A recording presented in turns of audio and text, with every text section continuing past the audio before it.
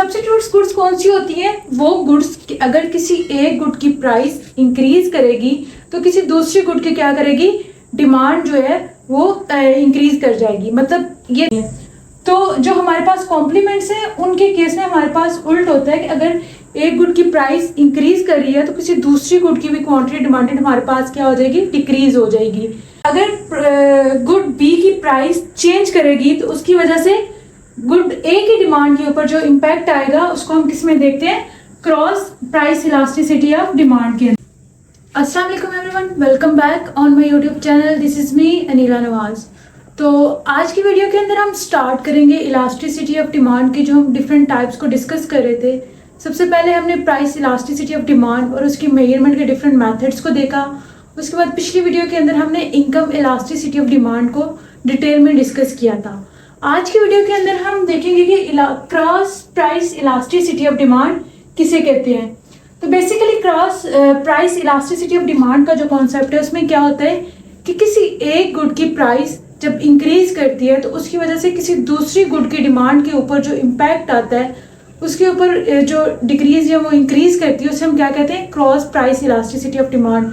मतलब अगर किसी एक गुड की प्राइस इंक्रीज करेगी तो किसी दूसरी गुड की जो डिमांड है वो इंक्रीज कर जाएगी। तो इसको हम स्टडी करते हैं cross price elasticity of demand के अंदर। तो इसको हम सिंपल वे में देख लेते हैं कि अगर हमारे पास कोई गुड है, गुड वन, तो उसकी प्राइस क्या है, P1, और उसकी डिमांड क्या है, क्वांटिटी डिमांडेड उसकी क्या है, QD1।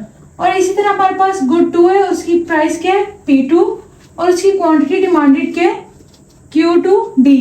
तो इसको हम इजी वे में समझने के लिए देख लेते हैं कि अगर गुड 1 की प्राइस मतलब P1 इंक्रीज करेगी तो उसकी वजह से क्या होगा, Q2 की डिमांड जो है वो इंक्रीज कर जाएगी। इसी तरह अगर गुड 2 है, उसकी प्राइस इंक्रीज करेगी तो इसकी वजह से क्या होगा, इसकी क्वांटिटी डिमांडेड तो डिक्रीज करेगी लेकिन गुड 1 की क्या होगा, प्राइस इंक्रीज कर जाएगी, क्वांटिटी डिमांडेड इंक्रीज कर जाएगी।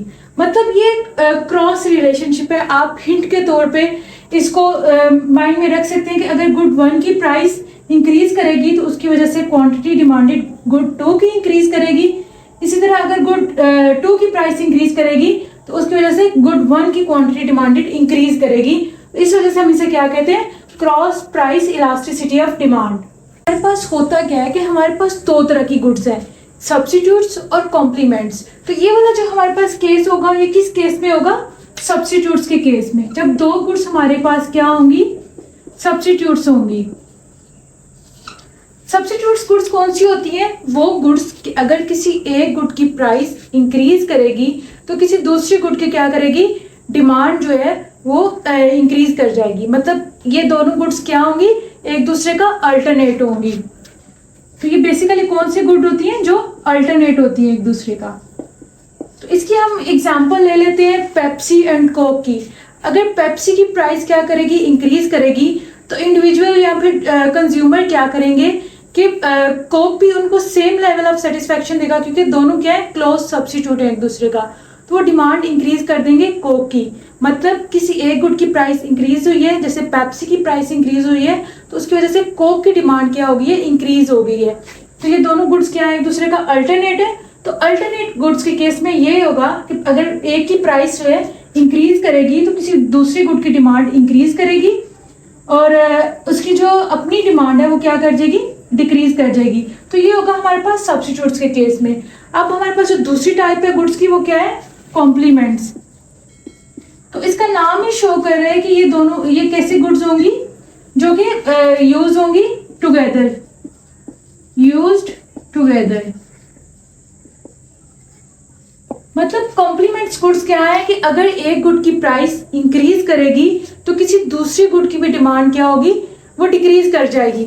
मतलब अगर हमारे पास गुड 1 की प्राइस इंक्रीज कर जाती है तो गुड 1 की तो क्वांटिटी ऑटोमेटिकली डिक्रीज करेगी, लेकिन इसके साथ साथ गुड 2 जो होगी उसकी भी क्वांटिटी डिमांडेड क्या करेगी, डिक्रीज होगी, इंक्रीज नहीं होगी। जबकि सब्स्टिट्यूट के केस में क्या होता है, गुड 2 की क्वांटिटी इंक्रीज कर जाती है।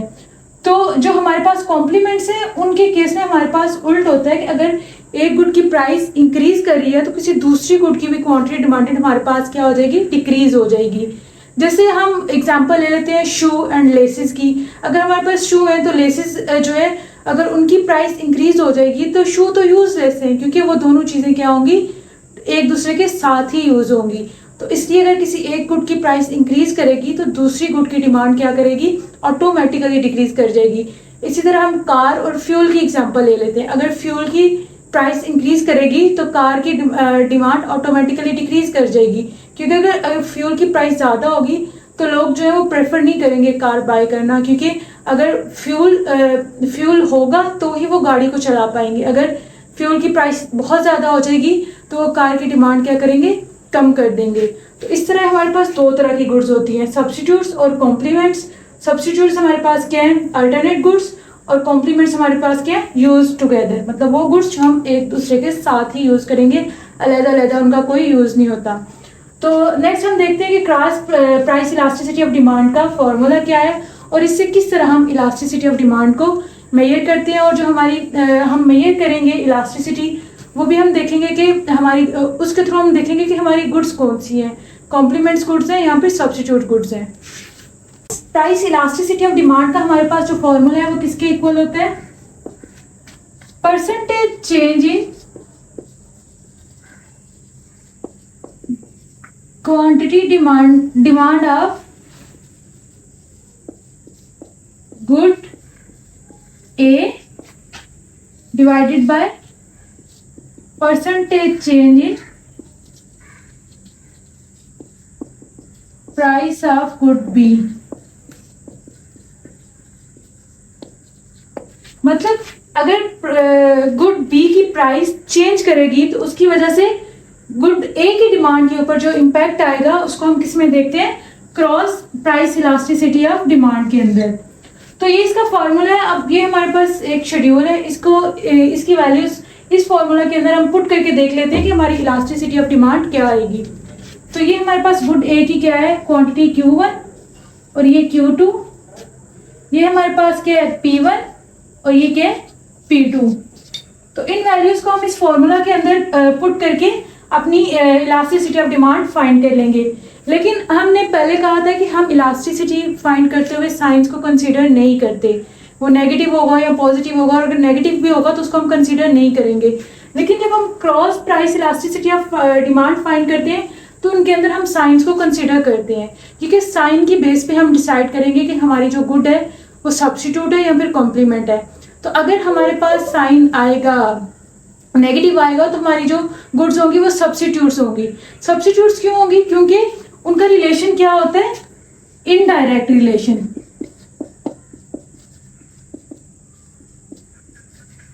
इनडायरेक्ट रिलेशन का क्या मतलब है कि अगर किसी गुड की प्राइस इंक्रीज कर रही है तो उस गुड की अपनी डिमांड क्या कर जाएगी, डिक्रीज कर जाएगी।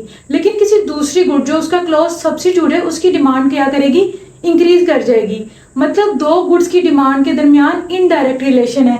अगर गुड 1 की क्वांटिटी डिमांडेड क्या कर रही है, डिक्रीज कर रही है, तो उसकी वजह से क्या होगा, गुड 2 की क्वांटिटी डिमांडेड इंक्रीज कर रही है। तो ये क्या है हमारे पास, इनडायरेक्ट या फिर इनवर्स रिलेशन है। तो जो हमारे पास ये सब्स्टिट्यूट गुड्स के अंदर क्या होता है, इनडायरेक्ट रिलेशन होते हैं, और इनके अंदर साइन किस साइन से हम शो करते हैं, नेगेटिव साइन से। और जो हमारे पास कॉम्प्लीमेंट्स होती है उनका क्या होता है, डायरेक्ट रिलेशन होता है। डायरेक्ट रिलेशन का क्या मतलब है कि अगर किसी एक गुड की प्राइस इंक्रीज कर जाती है तो उसकी वजह से क्या होगा, दूसरी गुड की डिमांड भी डिक्रीज कर जाएगी। मतलब अगर लेसिस की प्राइस इंक्रीज करेगी तो शू की डिमांड भी ऑटोमेटिकली क्या करेगी, डिक्रीज कर जाएगी। तो मतलब दो गुड्स की क्वांटिटी के दरमियान पॉजिटिव रिलेशन है कि एक के डिक्रीज होने की वजह से दूसरी की डिमांड भी क्या कर रही है, डिक्रीज कर रही है। तो इनको हम किससे शो करते हैं, पॉजिटिव साइन से। इसलिए हम जब cross price elasticity of demand को मेजर करेंगे तो हम साइंस को क्या करेंगे, कंसीडर करेंगे। अब हम इस डिमांड शेड्यूल के जो है इस फॉर्मूला के अंदर पुट करके देख लेते हैं कि ये हमारी गुड सब्स्टिट्यूट है या कॉम्प्लीमेंट है, और हमारी इलास्टिसिटी ऑफ डिमांड क्या है, किस तरह की है, इलास्टिक है, इनइलास्टिक है या फिर यूनिटरी इलास्टिक है। क्या करते हैं कि अपने इस शेड्यूल को फॉर्मूला के अंदर पुट करके इलास्टिसिटी ऑफ डिमांड फाइंड कर लेंगे। तो सो यहाँ पे ये जो है हमारे पास क्या है, प्राइस, और ये हमारे पास क्या है, क्वांटिटी। ये थोड़ा उल्टा हो गया, P1 P2 और ये हमारे पास क्या है, Q1 Q2। तो ये हमारे पास क्या है, गुड बी की प्राइस, और ये हमारे पास क्या है, गुड ए की क्वांटिटी। तो सबसे पहले हम जो है वो चेंज इन क्वांटिटी फाइंड कर लेंगे। Percentage change in quantity of good B हमें पता है कि हमने किस तरह फाइंड करना है, ये ऑलरेडी हम फॉर्मूला बार बार कर चुके हैं। Q2 minus Q1 divided by Q। यहाँ पे हमारे पास Q2 किसके इक्वल है, 200, माइनस Q1 हमारे पास किसके इक्वल है, 300, divided by Q1 which is equal to 300। तो जब हम इसको कर लेंगे 200 में से माइनस करेंगे 300, तो हमारे पास क्या आ जाएगा, 100 डिवाइडेड बाय 300। तो इसको फर्दर जब डिवाइड करके देखेंगे तो ये हमारे पास किसके इक्वल आ जाएगा, -0.33। इसी तरह नेक्स्ट हम इसी तरह क्या करेंगे, percentage change in price of good A निकाल लेंगे। वो भी हम सिमिलर वे में क्या करेंगे, P2 minus P1 divided by P1। तो यहाँ पे हमारे पास P2 किसके इक्वल है, 50 minus P1 is equal to 40 divided by 40। तो ये हमारे पास किसके इक्वल आ जाएगा, 10 डिवाइडेड बाय 40। तो जब हम इसको डिवाइड करेंगे तो ये हमारे पास किसके इक्वल आ जाएगा, 10 divided by 40 which is equal to I guess 0.25। तो अब ये हमारे पास क्या आ गया, change in price of good A, और ये हमारे पास क्या है, change in percentage change in quantity of good B. तो अब ये दोनों हमारे पास जो परसेंटेज चेंजेस हैं इनको हम डिवाइड कर लेंगे। तो ये हमारे पास क्या है, percentage change in quantity of good B, और ये हमारे पास प्राइस का चेंज आ गया। अब हम इसको डिवाइड कर देंगे इस पे। तो जब हम इसको आप कैलकुलेट करके देख लें, आई गेस ये इक्वल होगा हमारे पास 1.32 के इक्वल आ जाएगा। तो यहाँ पे जो हमारे पास माइनस साइन है वो क्या शो करे कि हमारी जो गुड्स हैं वो क्या है, सब्स्टिट्यूट गुड्स है। क्योंकि हमने ऑलरेडी डिस्कस कर लिया है कि जब हमारी गुड्स के साथ, जब हमारे इलास्टिसिटी ऑफ डिमांड की जो मेजरमेंट है उसके साथ नेगेटिव साइन होगा तो उसका मतलब ये होगा कि जो गुड्स है ये सब्स्टिट्यूट है, और अगर साइन पॉजिटिव होगा तो इसका मतलब दोनों गुड्स के कॉम्प्लीमेंट्स हैं। तो सब्स्टिट्यूट के केस में साइन नेगेटिव आएगा। अगर हम इस साइन को इग्नोर कर दें, हम सिर्फ इलास्टिसिटी को चेक करें कि इलास्टिसिटी हमारी क्या है, तो ये क्या है, हमारे पास ग्रेटर देन 1 है। तो ग्रेटर देन 1 का क्या मतलब होता है कि हमारी इलास्टिसिटी क्या होती है, डिमांड हमारी क्या है, इलास्टिक है। इलास्टिक डिमांड का क्या मतलब है, अगर प्राइस के अंदर स्मॉल चेंज आएगा तो किसी दूसरे गुड की क्वांटिटी के अंदर क्या आएगा, चेंज बहुत ज़्यादा आएगा। मतलब अगर गुड 1 की प्राइस में स्मॉल चेंज आएगा, वो इंक्रीज करेगी, तो गुड जो ए हमारे पास जो दूसरी गुड होगी उसकी डिमांड के अंदर चेंज बहुत ज़्यादा होगा। तो मतलब माइनस साइन की वजह से हमें नज़र आ रहा है कि ये सब्स्टिट्यूट गुड्स है, और पॉजिटिव की वजह से क्या होगा, कॉम्प्लीमेंट्स। तो आज की सारी वीडियो के अंदर हमने देखा कि cross price elasticity of demand है क्या, सब्स्टिट्यूट्स और कॉम्प्लीमेंट्स गुड्स क्या होती हैं, और हम किस तरह इसकी जो है इसके थ्रू इलास्टिसिटी ऑफ डिमांड को मेजर कर सकते हैं। तो आज की वीडियो में इतना ही। अपना बहुत सारा ख्याल रखिएगा। अल्लाह हाफिज़।